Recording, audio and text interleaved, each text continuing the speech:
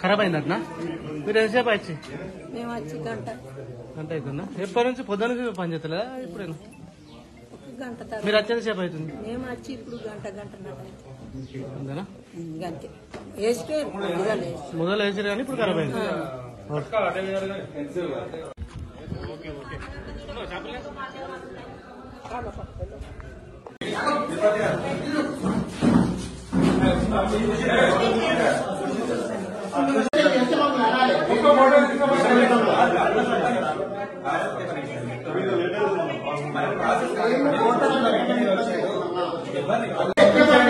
ఒక్క నిమిషం సార్, నేను మాట్లాడుతున్నా కదా, నేను కాదని చెప్పండి.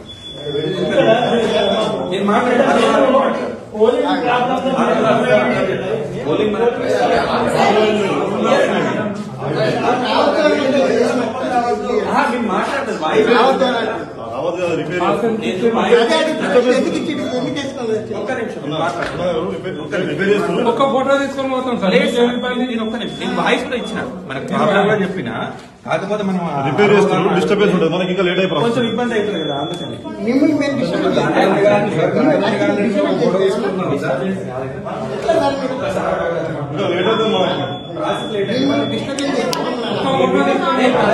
మీ బాధ్యత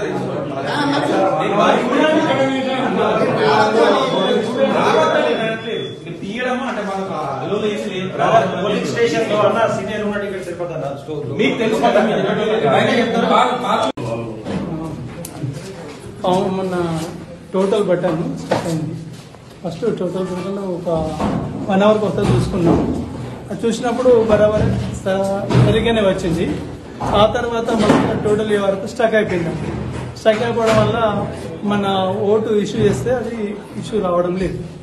అది మన సెక్టోరియల్ ఆఫీసర్కి మేము కంప్లైంట్ చేసినాం. సార్ వచ్చిండ్రు, సార్ కూడా ప్రయత్నం చేసిండ్రు కానీ రాలేదు. లేకపోతే ఆ తర్వాత టెక్నీషియన్ తీసుకొచ్చిండ్రు. ఇప్పుడు టెక్నీషియన్ కూడా ఏమన్నారంటే మార్చాలి, దాన్ని కొంచెం చేసి ఆ టోటల్ కూడా వాళ్ళందరికీ చూపించారు. ఏజెంట్లకు ఇప్పటివరకు పోల్ అయిన ఓట్లు ఎన్ని అన్నది చూపించిండ్రు. 245 ఓట్లు పోల్ అయినాయి.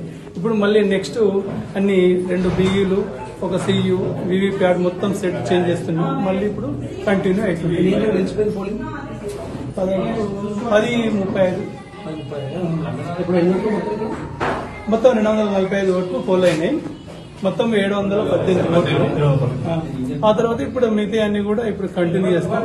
6 గంటల వరకు లోపలికి వచ్చిన వాళ్ళందరినీ కూడా మాక్సిమం అందరినీ ఓట్లు ఎన్నంటే అన్ని వచ్చిన వాళ్ళందరినీ కూడా వేపిస్తాం.